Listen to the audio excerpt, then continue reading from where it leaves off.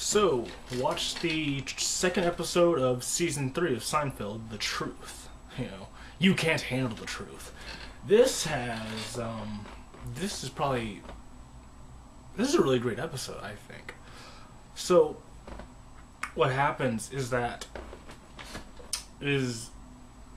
like, years ago in the Seinfeld universe, well, Jerry's getting audited. I'm not even going to go with that, because Kramer made him invest in some sort of volcano insurance.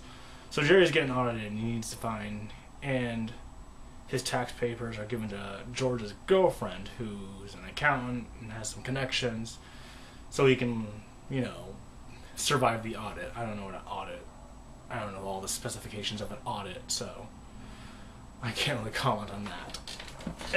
But beforehand, George breaks up with his girlfriend, and he breaks up with her by giving her the truth. So she's like, "What's the real reason why you're breaking up with me?" And he's like, "You're pretentious!" Which she probably may have been. She was she was the artsy white girl wearing a Chinese dress with chopsticks in her hair. Of course, that was a stereotype, I guess, of pretentious artsy person. I don't know. The 80s/90s were weird. And so they break up, and because of George's statements, because of the truth, she checks into a mental institution for depression. And so Jerry is in bad luck because his tax papers have gone missing. And on the other hand, you have Kramer, who's dating Elaine's roommate, and Kramer's a crazy guy because he's Kramer.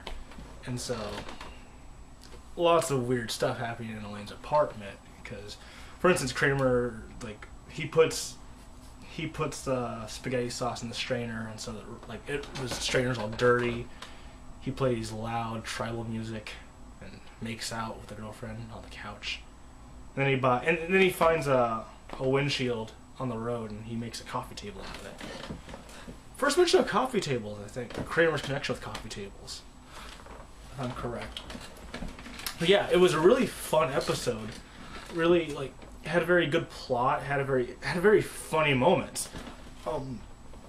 One example, I'm probably gonna go on a bunch of examples of what I found really funny, but I think one was really funny was Jerry's kind of talking. He's talking about how George's girlfriend's gonna get him out of this audit jam. So he's like, if George didn't have this girlfriend, I would have killed Kramer. I would have punched him, ripped the flesh from his bone, and just very funny threats. And I think one of my favorite lines of the episode was, "You know what an audit's like? It's like a financial full rectal exam," which was a very good. And I think what was awesome was that George comes back, and he's like, "I broke up with her." And Kramer just leaves the apartment. It was just one of those very well written, very funny moments. And when George finds out that his girlfriend or ex-girlfriend, whatever, his girlfriend, I'm gonna go with, has checked into a mental institution. He's just like, "I've driven girls to lesbianism, but not mental institutes," Very, very funny moments. And then Kramer in the apartment just being wild, playing these loud ass tribal music, African drums. The kitchen's a mess. There are a bunch of pots and pans. And then he and the girlfriend crash on the windshield coffee table because it's invisible. Just a very funny episode. The plot worked out well. The plot wasn't really slow. It didn't move too fast. It was very well done, very well directed. I mean, so far it actually, I'm willing to say so far it might actually be my favorite episode of Seinfeld. I think it's just that good. Characterization point. I mean, part of this, I think part of what makes it, again, I think it's going to this whole seeing the characters interact with each other. You know, you'll have it on like one end where like they're getting along and such, like they're teaming up, like in The Revenge, they team up. Then on the other hand, you have it when they're conflicting. You know, and we're talking about this whole, and then like the whole subject is very like relative, like this very relatable point because they're talking about the truth, and you know, the truth's a very good thing, but the truth's a very hurtful thing at times. It's very hard to deal with the truth. Again, you can't handle the truth, and that's brought up because like George's like, yeah, telling the truth is great. He's like, she's not gonna be mad at me. I told her the truth.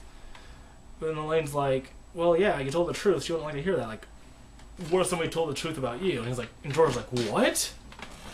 And Elaine calls him stingy, or cheap. I guess that's the better. I think stingy can have multiple connotations.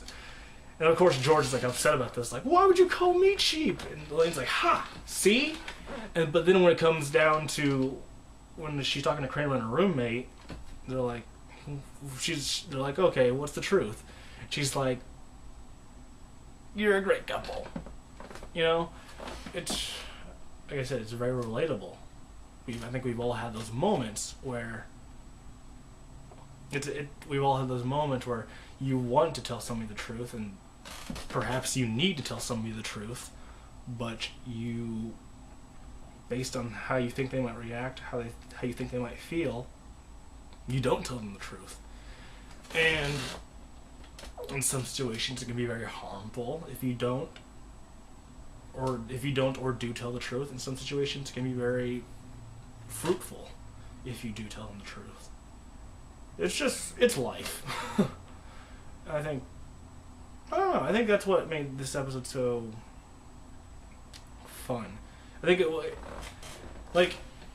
going back to what I was saying in the last vlog with the whole wackiness versus realness, there was a very real part of the story of this episode. And here I go making Seinfeld sound deeper than it really is.